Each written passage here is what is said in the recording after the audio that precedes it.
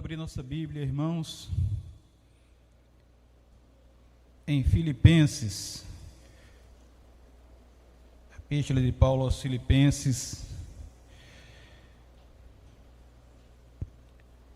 no capítulo 4, nós vamos ler do versículo 15 ao 20. Filipenses capítulo 4, versículo 15 ao 20.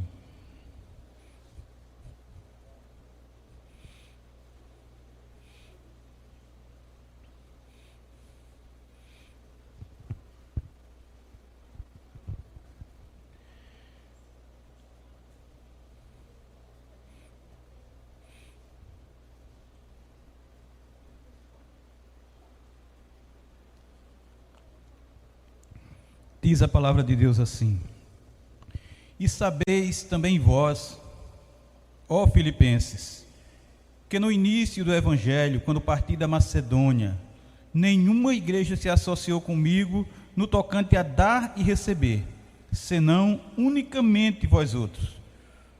Porque até para Tessalônica mandasse não somente uma vez, mas duas, o bastante para as minhas necessidades.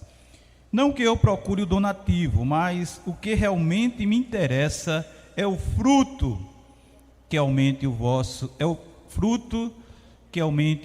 crédito. Recebi tudo e tenho abundância. Estou suprido desde que Epafrodito me passou às mãos o que me veio da vossa parte, como aroma suave, como sacrifício aceitável e aprazível a Deus. E o meu Deus, segundo a sua riqueza em glória, há de suprir em Cristo Jesus cada uma de vossas necessidades. Ora, o nosso Deus e Pai seja a glória pelos séculos dos séculos. Amém. Oremos, irmãos. Santo Deus, Eterno Pai, fala ao nosso coração por meio do Teu Santo Espírito, pelo poder da Tua palavra, Senhor. Age, ó Deus, com esta verdade em nossa vida, pois queremos aprender cada vez mais a Tua palavra, sermos instruídos para que andemos segundo a vontade do Senhor. Nós te agradecemos, Pai, em nome de Jesus. Amém. O que é que Paulo está escrevendo aqui, irmãos? Por que Paulo está dizendo isso? Porque lá no versículo 10, Paulo apresenta a sua grande alegria. Alegria grandiosa no Senhor, porque não só aquela vez, mas mais uma vez, eles estavam renovando o favor, como ele diz. O vosso cuidado, o qual também já tinhais antes, mas vos faltava oportunidade. Eles tinham ajudado a Paulo, eles tinham contribuído com o ministério de Paulo e tiveram esta outra oportunidade agora de fazer. E ele diz: digo isso não por causa da pobreza, não que ele estivesse lamentando, não que Paulo estivesse lamentando por causa da pobreza, das dificuldades que ele tinha passado, da tribulação que ele estava passando. Ele diz: porque aprendi a viver contente em toda e qualquer situação. No momento de alegria, está contente, mas no momento de tristeza também ele diz que estava contente, em toda e qualquer situação ele estava contente. Ele diz, vê que interessante isso, tanto sei estar humilhado, olha, eu sei estar humilhado como estar honrado, né? Todas as circunstâncias já tenho experiência, já tenho experimentei de fartura, como experimentei também passar fome, assim de abundância, como também experimentei de escassez.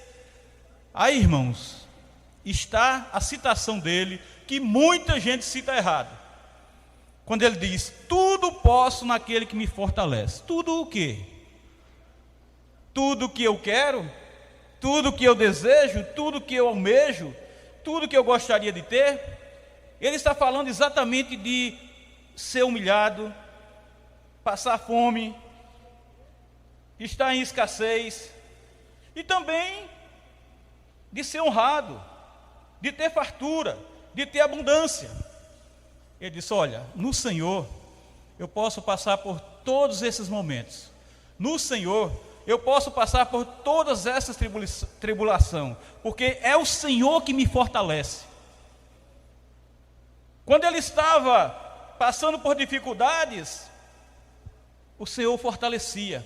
Mas também quando ele estava passando por abundância, fartura, sendo honrado, ele glorificava a Deus. Era tudo para a glória de Deus. Tudo posso naquele que me fortalece. Aí ele diz: todavia fizeste bem, associando-vos na minha tribulação. Foi bom vocês terem me ajudado. Foi bom vocês terem mandado esses donativos para mim. Foi muito bom isso.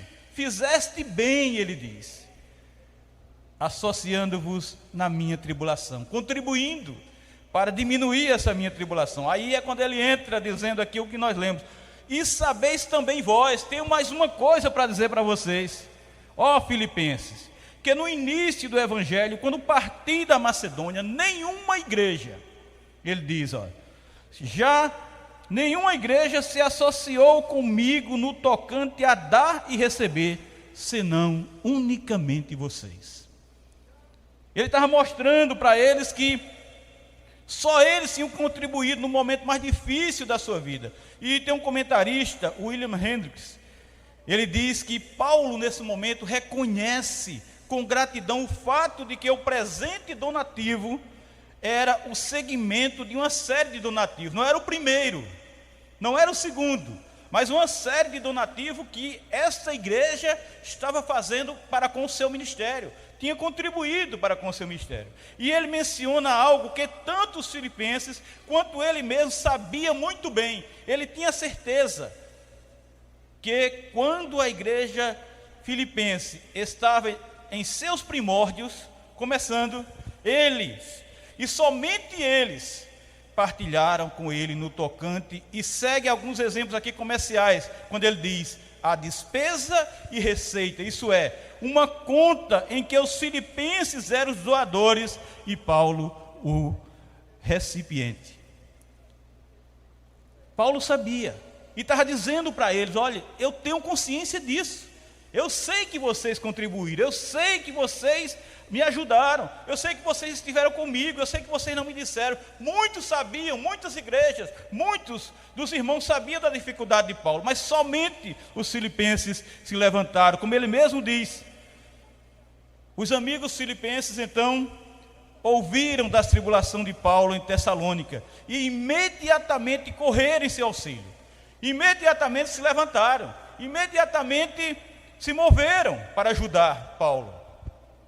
E ele diz: permitindo-lhe continuar seu trabalho em outros lugares como Acaia, Antena e Coríntios, imediatamente correram em seu auxílio em termos materiais, em conseguir o que Paulo queria materialmente, permitindo-lhe assim, dando condição assim, para que Paulo continuasse seu ministério, continuasse seu trabalho, continuasse fazendo a obra que ele vinha fazendo, não só ali, mas também na Acaia, em Atenas e Coríntios. Aí no versículo 16 ele diz assim: porque até em Tessalônica mandaste não somente uma vez, mas duas, o bastante para as minhas necessidades. Essa, irmãos, essa é a ajuda que fora prestada durante o trabalho de Paulo em Tessalônica, que precedeu naturalmente sua partida da Macedônia, quando ele estava para sair da Macedônia.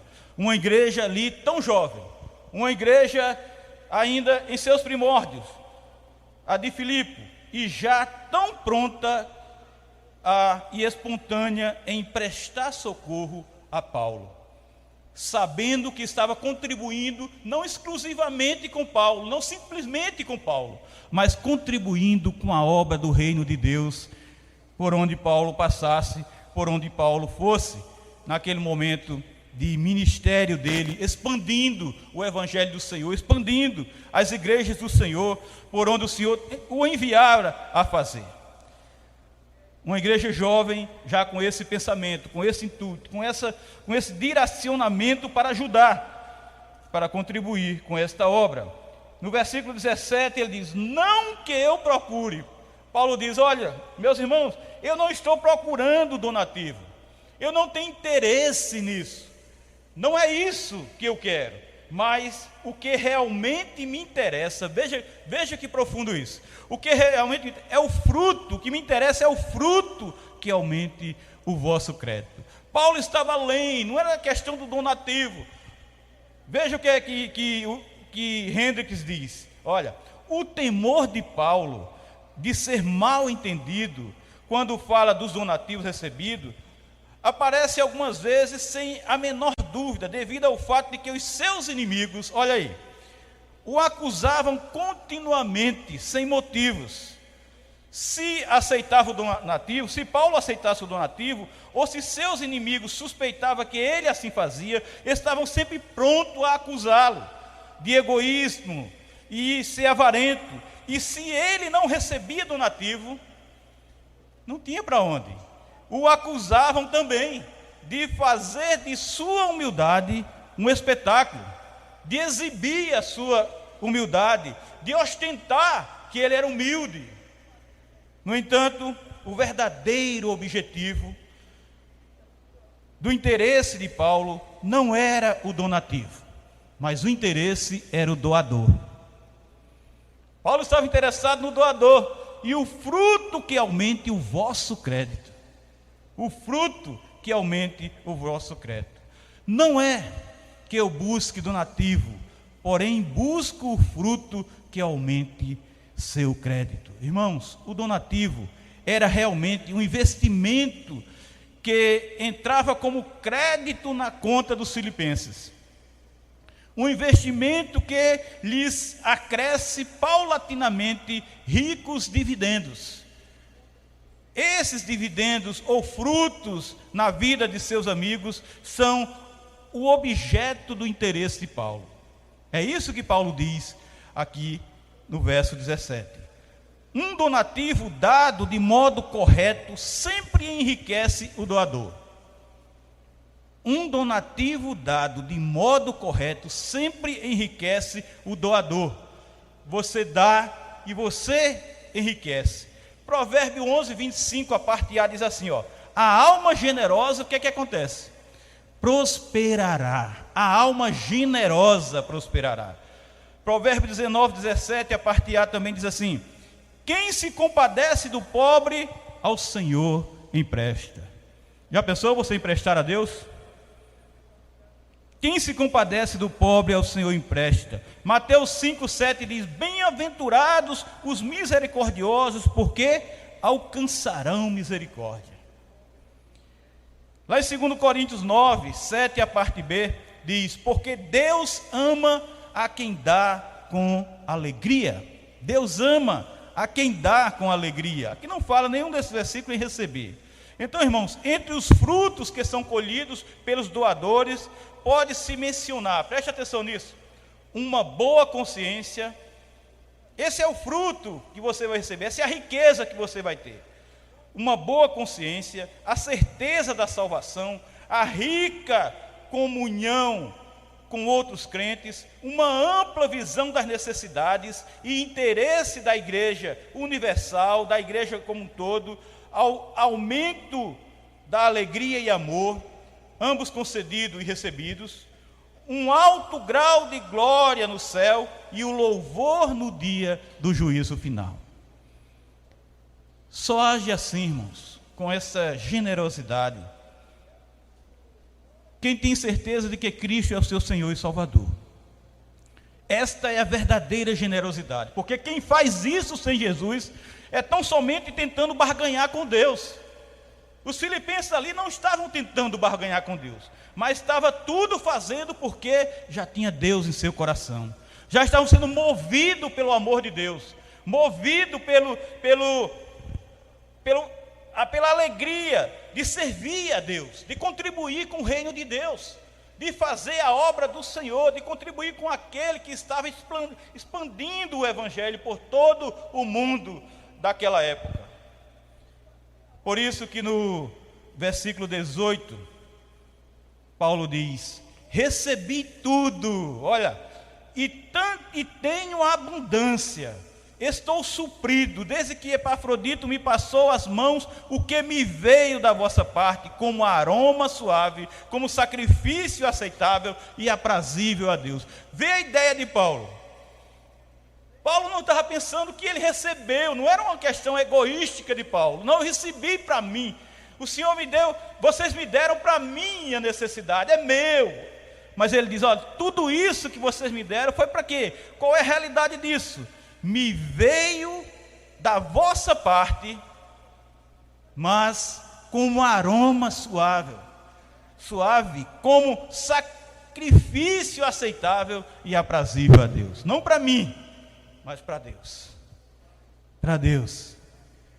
Irmãos, de uma maneira mais ou menos bem-humorada, pois o apóstolo está dizendo aqui, tenho recebido o pagamento completo, e ainda mais, muito mais. E ele diz mais, estou rico, tenho até de sobra, eu estou provido. Paulo não poderia ter tributado melhor louvor aos doadores, ele não poderia ter tributado melhor louvores aos filipenses. Os donativos são, na realidade, aroma de suave perfume, uma oferenda apresentada a Deus. Deu para Paulo, mas foi apresentada a Deus, grata e muito agradável a Ele, ao Senhor que é misericordioso. Ao Senhor Deus misericordioso. São comparáveis a ofertas, irmão, de gratidão, quando no estado de ânimo correto apresentavam seu holocausto, e dos crentes também, em geral, ao dedicar suas vidas a Deus, exatamente como fez Jesus Cristo,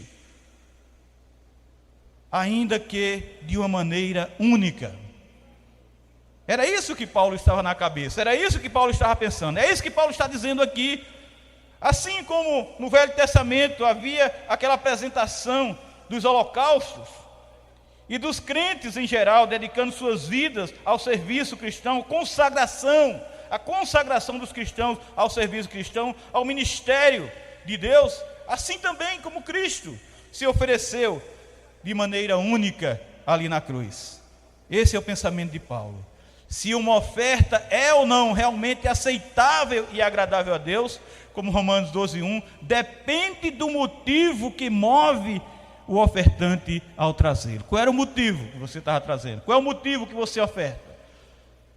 Você dizima com que motivo? Você oferta na casa de Deus com que motivo? Tem que ser um motivo de glorificar a Deus. Tem que ser um motivo de exaltar o nome do Senhor. Você tem que fazer isso com o pensamento na obra do Senhor. Você tem que fazer isso com o pensamento na expansão do reino de Deus. Isso é que tem que sair de dentro do nosso coração, aquilo que é aprazível ao nosso coração, de acordo com o que o nosso coração deseja que seja, mas com humildade, com simplicidade, com o motivo certo. E o apóstolo atribui aos doadores o mérito de um espírito reto, isto é, a atitude de fé, a atitude de amor, a verdadeira atitude de gratidão, irmãos. Não era querendo ganhar a Paulo, não é querendo barganhar com Paulo, mas uma atitude de fé, de amor e de gratidão. Ele reconhece que suas ações não eram meros atos de simpatia demonstrados a um amigo em necessidade, mas uma genuína oferenda apresentada a Deus para promover sua causa. E assim, a Paulo como representante de Deus, eles estavam ajudando Paulo, eles estavam contribuindo com o ministério de Paulo, mas eles estavam pensando em Deus, pela causa de Deus. Esta é a razão, porque a ação era tão grande, porque aquela ação era tão bela. No versículo 19, Paulo diz assim: E o meu Deus, segundo a sua riqueza em glória, a sua riqueza em glória, isso é importante, irmãos, há de suprir em Cristo Jesus cada uma de vossas necessidades. E o meu Deus, segundo a sua riqueza em glória. Irmãos, aproximando-se aqui do final da sua epístola, Paulo agora assegura a seus destinatários que Deus suprirá cada uma de suas necessidades. Paulo tinha certeza disso. Paulo não estava pensando, pode ser que o Senhor venha suprir a necessidade de vocês. Quem sabe se o Senhor não vai suprir a necessidade de vocês? Pode ser que o Senhor supra a necessidade de vocês. Não. Ele tinha certeza, ele diz, suprirá cada uma. Paulo não está falando de alguma. Ele está dizendo cada uma de suas necessidades.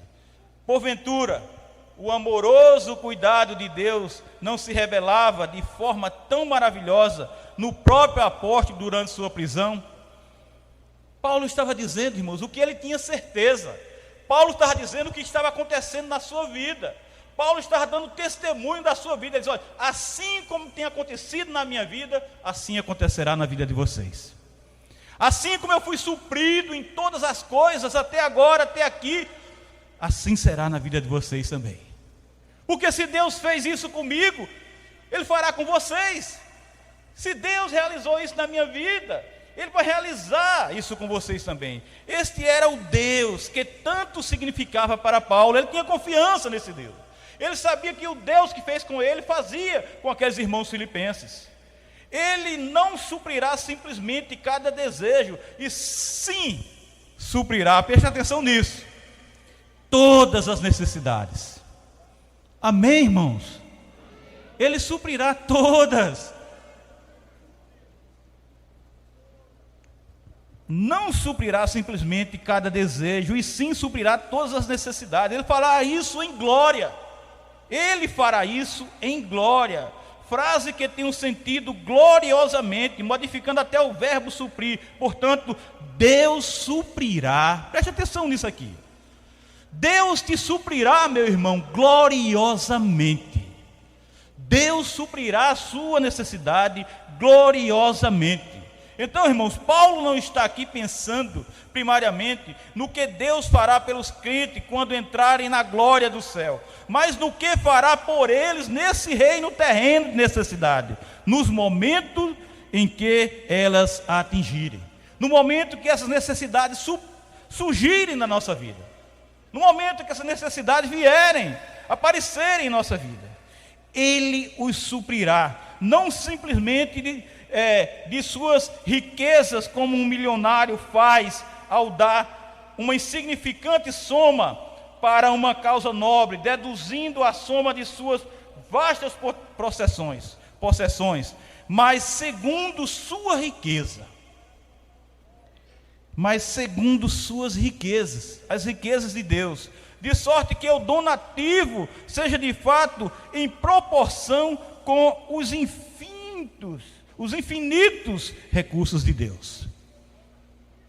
Não é o donativo de um ser humano, não é o doar de alguém que tem muito, que tem abundantemente e dá abundantemente, mas é da riqueza de Deus, é do que é de Deus, é do que vem de Deus, segundo suas riquezas. Então, irmãos, naturalmente que esse cuidado amoroso, naturalmente que esse auxílio glorioso nas necessidades tem por base os méritos tão somente de Jesus Cristo. Quão vastos são os benefícios divinos que possuímos em Cristo, conforme Romanos 8,32.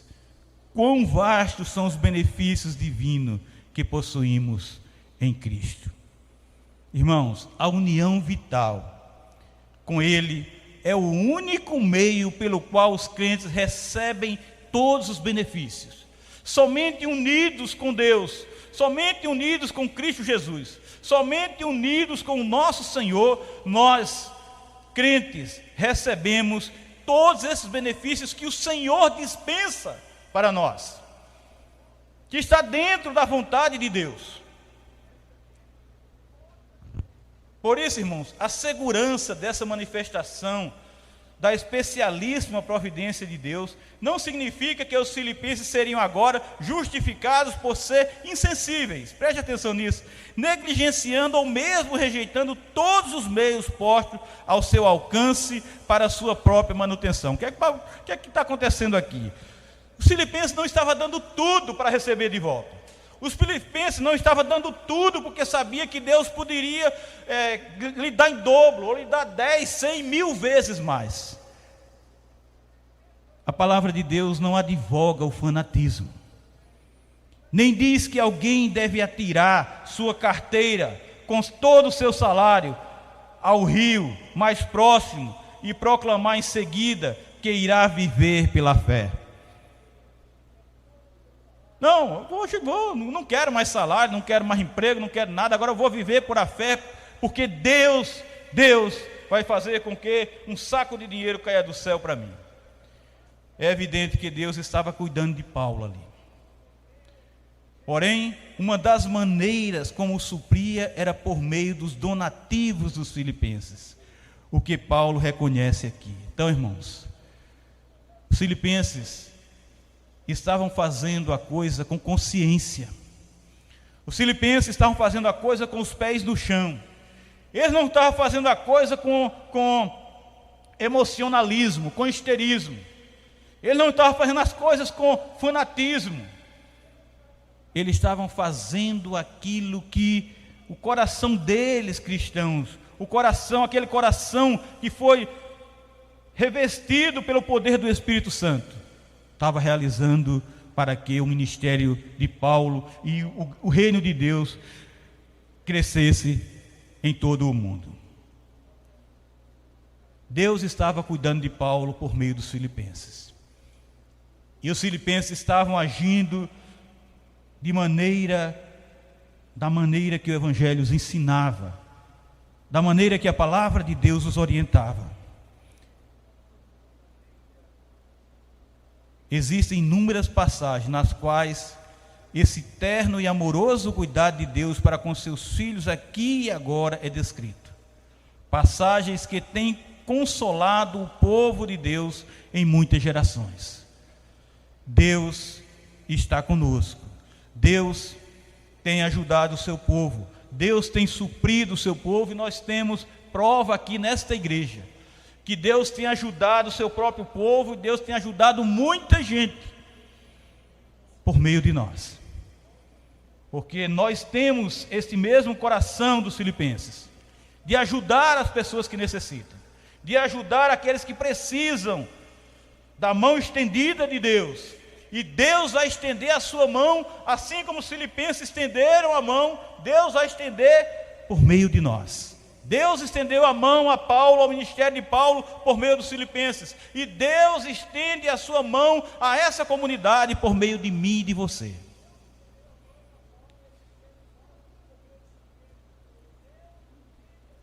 Então, no versículo 20, Paulo diz assim: ora, o nosso Deus e Pai,